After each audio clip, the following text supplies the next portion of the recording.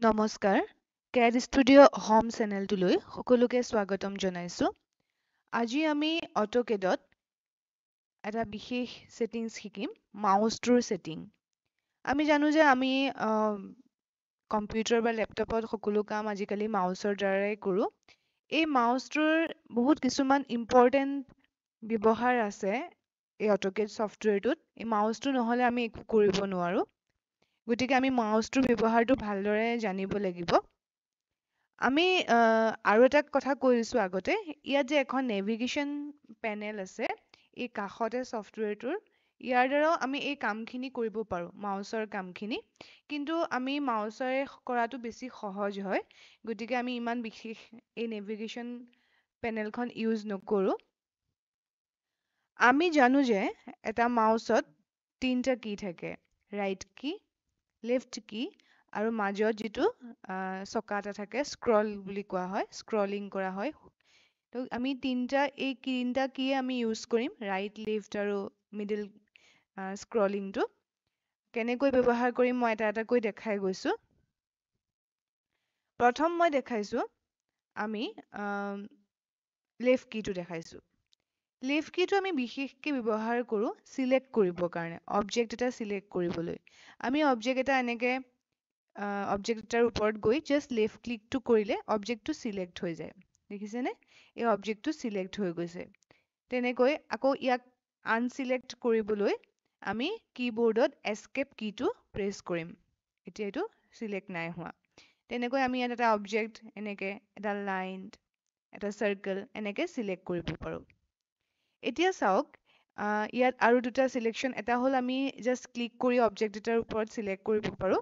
আৰু এটা হ'ল কেইবাটাও যদি অবজেক্ট থাকে তেতিয়া আমি একেলগে কেনেকৈ চিলেক্ট কৰোঁ, এইটো উইণ্ড' চিলেকশ্যন বুলি কয়। প্ৰথমতে মই উইণ্ড' বস্তুটো বুজাই দিছোঁ।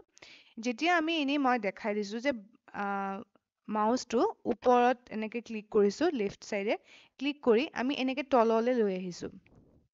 সোঁফালে ৰাইট চাইডে আমি তললৈ লৈ আহিছোঁ। দেখিছেনে? এখন ব্লু কালাৰ উইণ্ড' আহিছে। এইটো আমি ওপৰৰ পৰা তললৈ অহাৰ কাৰণে ব্লু কালাৰ উইণ্ড'খন দেখিছোঁ। আকৌ ক্লিক কৰি দিলোঁ, উইণ্ড'খন নাইকিয়া হৈ গ'ল। কিন্তু আমি যদি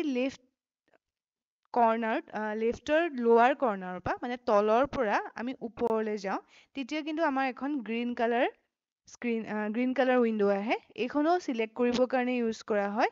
এতিয়া আমি তলৰ পৰা ওপৰলৈ গৈ ইয়াত ক্লিক কৰি দিলোঁ, উইণ্ড'খন গুচি গ'ল। এতিয়া এই দুইখন উইণ্ড' আমি চিলেক্ট কৰিবৰ কাৰণে, অবজেক্ট চিলেক্ট কৰিবৰ বাবে ব্যৱহাৰ কৰোঁ। মই ব্যৱহাৰটো দেখাই দিছোঁ। যেতিয়া আমি ব্লু কালাৰ উইণ্ড' মানে ওপৰৰ পৰা এনেকৈ তললৈ আহিম, এতিয়া দেখিছেনে ইয়াত আমি অবজেক্টটো চিলেক্ট কৰিব বিচাৰিছোঁ। এয়া চাওক, এনেকৈ আমি ইয়াত ইমানলৈকে লৈ গ'লোঁ। এতিয়া এই উইণ্ড'খনৰ ভিতৰত কি কি সোমাইছে চাওঁ। আমি চাৰ্কলটো কমপ্লিট সোমাইছে, এডাল ওপৰৰ লাইনডাল কমপ্লিট সোমাইছে। কিন্তু এই ৰাইট চাইডৰ আৰু লেফ্ট চাইডৰ যিকেইডাল লাইন আছে, সেইকেইডাল অকণমান থাকি গৈছে চিলেক্ট হ'বলৈ। কিন্তু তেতিয়া আমি যদি ইয়াত এনেকৈ ক্লিক কৰোঁ, এতিয়া চাওক অকল চাৰ্কলটো আৰু ওপৰৰ লাইনডাল চিলেক্ট হ'ল। এই ব্লু কালাৰ উইণ্ড'খনৰ কাম সেইটোৱে যে যেতিয়া অবজেক্ট এটা কমপ্লিটলি উইণ্ড'খনৰ ভিতৰত সোমায়, তেতিয়াহে ব্লু কালাৰ উইণ্ড'খনৰ ভিতৰত চিলেক্ট হয়। তাৰমানে মই আকৌ এবাৰ বুজাই দিছোঁ, যেতিয়া আমি অবজেক্ট এটা এনেকৈ লেফ্টৰ পৰা ৰাইটলৈ তললৈ লৈ আহিম, এতিয়া চাৰ্কলটো মোৰ কমপ্লিট সোমাইছে, কিন্তু মোৰ লাইনকেইডাল কমপ্লিট সোমোৱা নাই স্ক্ৰীনখনৰ ব্লু কালাৰ উইণ্ড'খনৰ ভিতৰত, গতিকে মোৰ অকল চাৰ্কলটোহে চিলেক্ট হ'ব। গতিকে গোটেই অবজেক্টটো যদি মই চিলেক্ট কৰিবলৈ হয়, তেতিয়া মই এনেকৈ ওপৰলৈ গৈ গোটেই অবজেক্টটো উইণ্ড'খনৰ ভিতৰত কমপ্লিটলি সোমোৱাব লাগিব, তেতিয়াহে ইয়াক চিলেক্ট কৰিব পাৰিম। এইটো হ'ল ব্লু কালাৰ উইণ্ড'খনৰ চিলেকশ্যন, ওপৰৰ পৰা তললৈ আহিলে। মাউচটো প্ৰেছ কৰি নাথাকিব, জাষ্ট এবাৰ ক্লিক কৰি আকৌ তলত আহি ক্লিক কৰি দিলে হ'ব। আকৌ তেনেকৈ আমি তলৰ পৰা যদি যাওঁ, এই গ্ৰীণ কালাৰ উইণ্ড'খন কি? এতিয়া এই চাওক, গ্ৰীণ কালাৰ উইণ্ড'খনৰ ভিতৰতো চাৰ্কলটো অকণমান সোমাইছে, পাৰ্চিয়েলি সোমাইছে, লাইন এডাল সোঁফালৰ লাইনডাল কমপ্লিট সোমাইছে, তলৰ লাইনডাল আধা সোমাইছে, ওপৰৰ লাইনডাল আধা সোমাইছে, কিন্তু আমাৰ গোটেইকেইটা বস্তু চিলেক্ট হৈ গৈছে। দেখিছেনে? এইটো চিলেক্ট হ'লে এইটো চাৰ্কলটো চিলেক্ট হৈ গ'ল।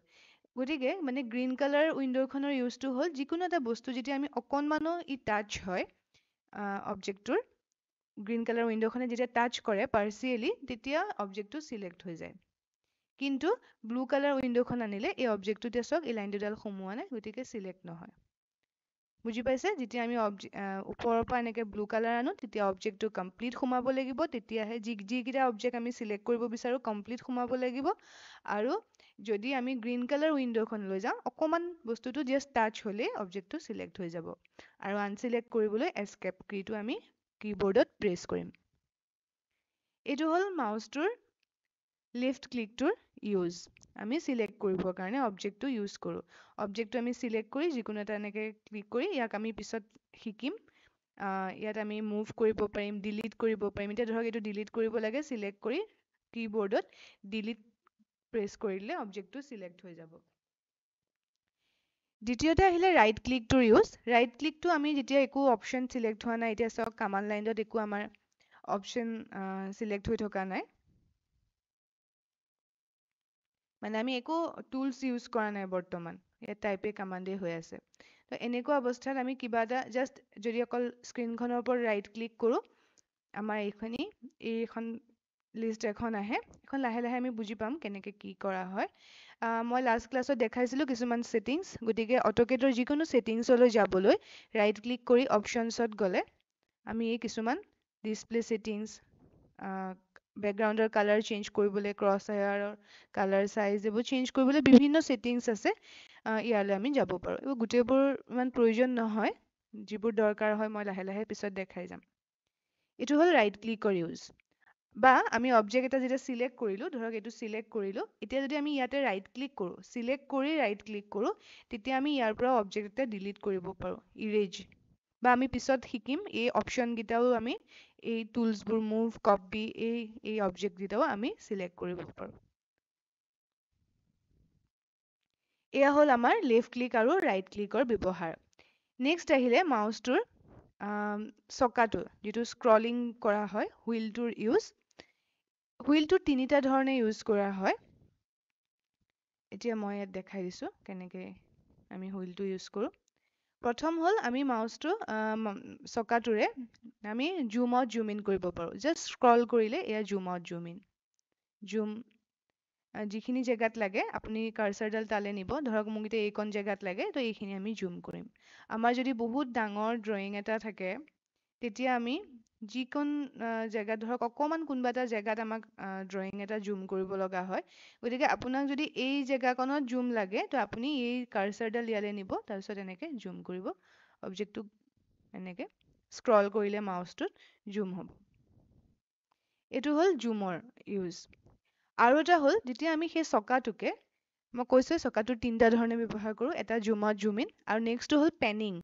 বা মুভ কৰিবলৈ চকাটো প্ৰেছ কৰি থাকিব লাগিব দেই প্ৰেছ কৰি আমি এনেকৈ মাউছটো লৰালে এই অবজেক্টটো ইফালে সিফালে পেনিং হয় মই কেতিয়াবা এনেকৈ অকণমান আঁতৰাই ল'ব লগা হ'লে অবজেক্টটো আমি এনেকৈ ইউজ কৰিব পাৰোঁ ধৰক ইয়াত আমি কিবা এটা আঁকিলোঁ এইটো হয় পেনিং মাউছটো এনেকৈ ধৰি লৈ পেলাই আৰু ৩ নম্বৰ ব্যৱহাৰটো হ'ল ফিট টু স্ক্ৰীন মানে স্ক্ৰীনত আমাৰ যিমানবোৰ ড্ৰয়িং থাকে সেই গোটেই ড্ৰয়িংখিনি একেলগে স্ক্ৰীনখনত জুম কৰিবৰ কাৰণে আমি এই চকাটোৰ ওপৰত ডাবল ক্লিক কৰিব লাগে চকাটোৰ ওপৰত ডাবল ক্লিক এতিয়া চাওক মই ইয়াৰ ওপৰত চকাটোৰ ওপৰত ডাবল ক্লিক কৰি দিছোঁ মোৰ স্ক্ৰীনত এই দুটা ড্ৰয়িং আছে এই দুটা ড্ৰয়িং মোৰ শ্ব' কৰিছে এতিয়া ধৰক মই বহুত ড্ৰয়িং কৰি আছোঁ আমি যেতিয়া প্ৰেক্টিকেল ড্ৰয়িং কৰোঁ আমি বহুত বিভিন্ন ধৰণৰ ড্ৰয়িং কৰিব লগা হয় আমাৰ তেতিয়া আমি ইয়াতো এটা ড্ৰয়িং কৰিছোঁ ইয়াত কেইবাটা প্লেন বনাইছোঁ ক্ৰছ ছেকশ্যন বনাইছোঁ টপ ভিউ ফ্ৰণ্ট ভিউ এনেকৈ বনাই আছোঁ তো গোটেই স্ক্ৰীনত যেতিয়া ধৰক ড্ৰয়িংটো এটা কৰি আছোঁ এইটো কৰি আছোঁ ইয়াতে আমি কিবা কিবি বনাই আছোঁ কিন্তু লাষ্টত আমাৰ গোটেই ড্ৰয়িংখিনি একেলগে আমি চাব বিচাৰিছোঁ গোটেইখিনি একেলগে স্ক্ৰীনখনত দেখিব বিচাৰিছোঁ তেতিয়া আমি চকাটোৰ ওপৰত ডাবল ক্লিক কৰিম এয়া যেতিয়া গোটেই স্ক্ৰীনত থকা ড্ৰয়িংখিনি আমি দেখিবলৈ পাম বা এতিয়া যদি মই এইটো ডিলিট কৰি দিছোঁ ধৰক অকল এইটো ড্ৰয়িংহে এইকেইটা ডিলিট কৰি দিছোঁ অকল এইকণহে লাগে আমাক তেতিয়া আকৌ মই এতিয়া আমাৰ অকল এইটোহে আছে ড্ৰয়িংটো গতিকে মই চকাটোৰ ওপৰত ডাবল ক্লিক কৰি দিছোঁ এইটো ফিট টু স্ক্ৰীন গতিকে মাউছটোৰ ব্যৱহাৰটো বুজি পাইছে আৰু মই কৈছোঁ এই যে নেভিগেশ্যন পেনেলখনৰ পৰাও কৰিব পাৰি ইয়াৰ পৰাও ইয়াতো আছে পেন তেতিয়া আমি এনেকৈ পেন কৰিব পাৰোঁ লেফ্ট ক্লিকটো ইয়াত ক্লিক কৰি পেলাই লেফ্ট ক্লিকটোৱে কৰিব পাৰি জুম ইয়াতো কৰিব পাৰি এনেকৈ জুম কৰিব পাৰি কিন্তু বিশেষকৈ আমি মাউছটোৰে ব্যৱহাৰ কৰোঁ এইকেইটা কামৰ বাবে আশা কৰোঁ বুজি পাইছে। কিবা যদি বুজি নাপায় মোক তলত কমেণ্ট কৰিব। ধন্যবাদ।